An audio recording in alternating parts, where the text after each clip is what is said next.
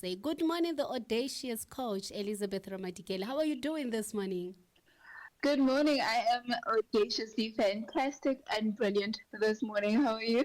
We are I'm doing well, great thank this morning. you. It's been a while, and you're just ready to hear what we have to say to us. How to be audacious. I wonder what message you have for the listener this morning. And before you can even get into it, please greet the listener. Good morning to our amazing listeners. I miss you guys so much. But We we're miss you back as with well. and a very interesting topic for us today. So you can continue this morning. All right. So today we're going to look at unpacking how to express what you need effectively. Because all of us have needs, you know, and it's important that our needs are met so that we can feel fulfilled in the Oh, yes. relationships that we're in the workspaces that we're in. It's part of enhancing our human life experience. But oftentimes I find is that we shy away from expressing ourselves.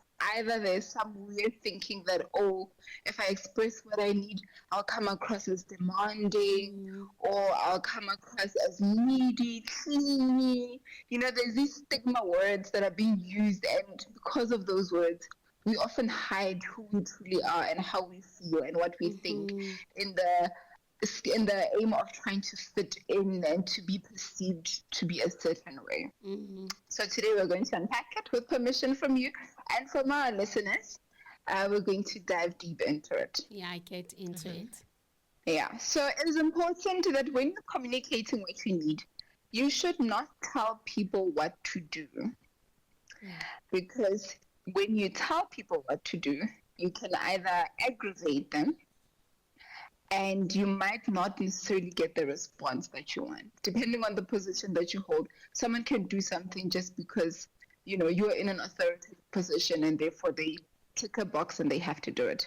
But you actually want people to do something because they want to do it. Because it's important for us to also remember that when you're expressing what you need from people, you should always explain what the need beneath the task is. For example, instead of saying, you never help me with the house, this could really come across as an attack. It could make the person feel like, okay, you want to start a fight now, right?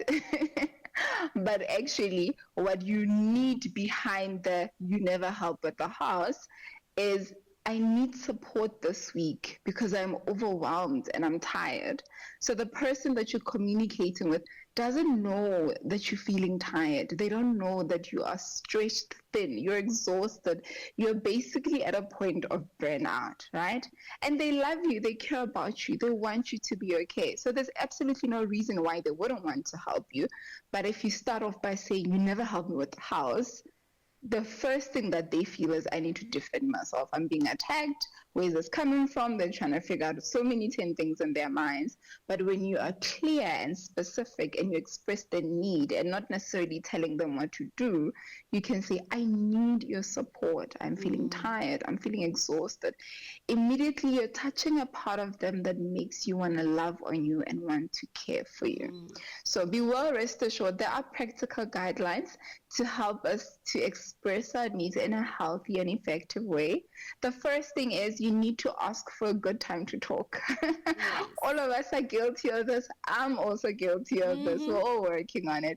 Don't assume availability. Just because you have access to someone does not necessarily mean that they're available to you 24 hours Oh, in their day. yes. People are busy. People have things to do.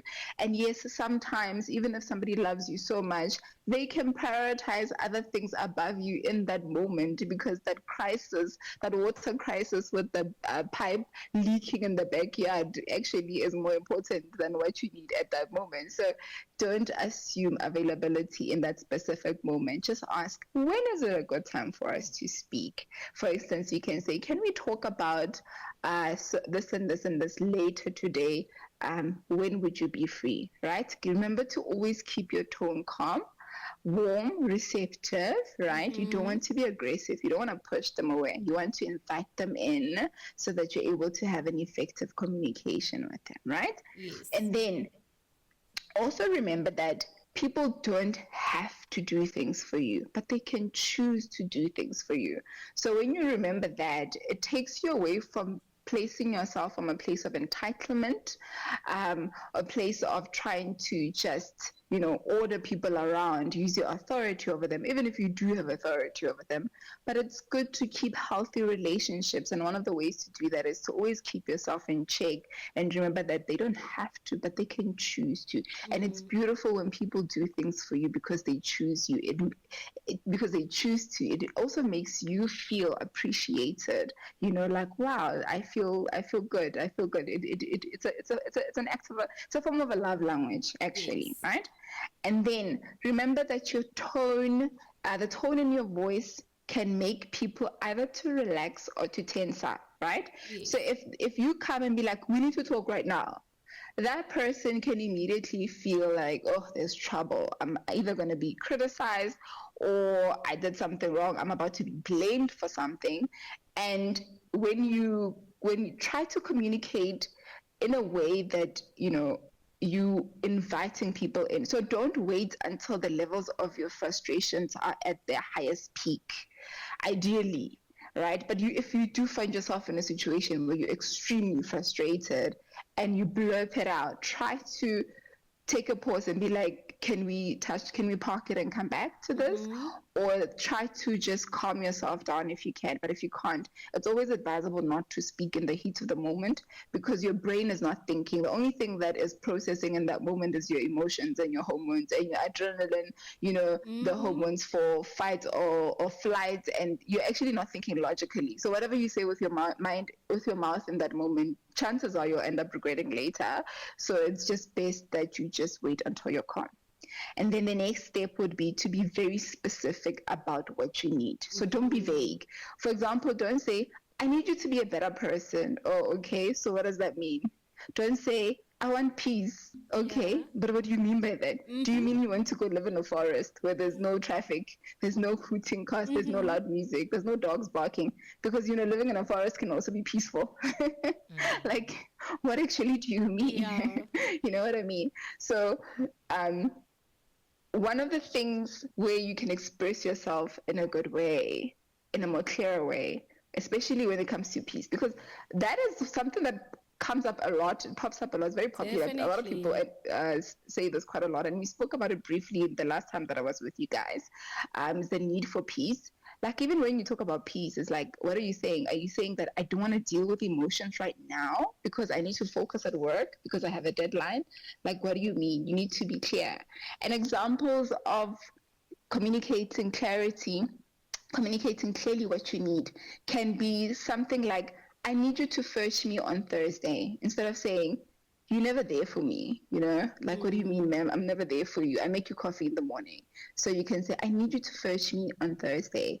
I need one evening a week where I can rest. Can you watch the kids for a while? I need more reassurance when I'm stressed. We get people that are not good at communicating. So you can talk to your partner and be like, I'm so frustrated at work. This colleague is doing this. And the person is listening. They're watching TV, having a good cold beer. And they're like, with their remote and everything. But they're not reaffirming you. They're not reassuring you. They're listening, but it's not active listening. And in that moment, you can feel like this person doesn't care about me. They're not. So you can express to them, when I speak with you, I need you to reassure me, say, hey, babe, I hear what you're saying, but you're doing well at work. You just got a promotion. So everything will be fine. That reassurance, right? You can say, I need us to spend more quality time together. What does that look like? I need date night, I need for you to buy me flowers. It's not about the flowers, it's about knowing that you thought of me and, you care about me, right? You can say things like, I need consistency. Oftentimes, a person can care so deeply about you, even in a friendship setting, but you find out you haven't spoken to your friend in 6 months.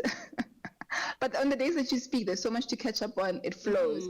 But for you, you need consistency. You can say, friend, I love you and I need consistency in our friendship. Can we set a speaking time every Tuesday at 3, for instance, right? You can say, I need to know where I stand with you. I need to feel chosen, not to feel like I'm being tolerated because now, we have to do this task together. I need to feel like I can speak